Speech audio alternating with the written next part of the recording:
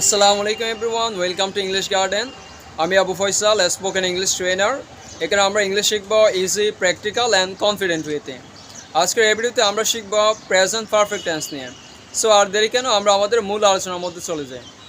সর্বপ্রথম আমরা আমাদের স্ট্রাকচারটি একটু দেখে নিব। সো আমরা দেখতে পাচ্ছি সাবজেক্ট প্লাস হ্যাভ বা হ্যাজ প্লাস বি3 প্লাস অবজেক্ট। এটা হচ্ছে আমাদের স্ট্রাকচার বা গঠন প্রণালী, যার সাহায্যে আমরা আমাদের সেন্টেন্সগুলো মেক করব। সো আমরা ধাপে ধাপে কয়েকটা এক্সাম্পল দেখি এবং এর মাধ্যমে আমরা বিষয়টা সম্পর্কে ক্লিয়ার হয়ে যাব। আমরা দেখতে পাচ্ছি আমি ভাত খেয়েছি, আই হ্যাভ ইটেন রাইস। আমি ভাত খেয়েছি, আই হ্যাভ ইটেন রাইস। তুমি ভাত খেয়েছো, ইউ হ্যাভ ইটেন রাইস। তুমি ভাত খেয়েছো, ইউ হ্যাভ ইটেন রাইস।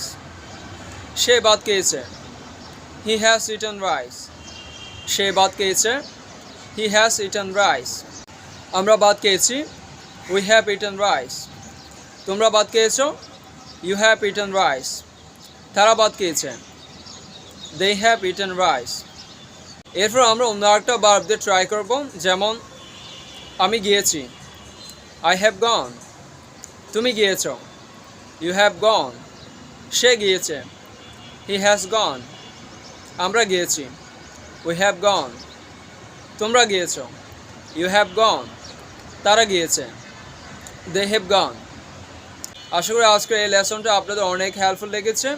যদি ভিডিওটা ভালো লাগে তাহলে অবশ্যই লাইক দিন, শেয়ার করুন এবং ইংলিশ গার্ডেন সাবস্ক্রাইব করে রাখুন, যাতে নেক্সট লেসন মিস না হয়।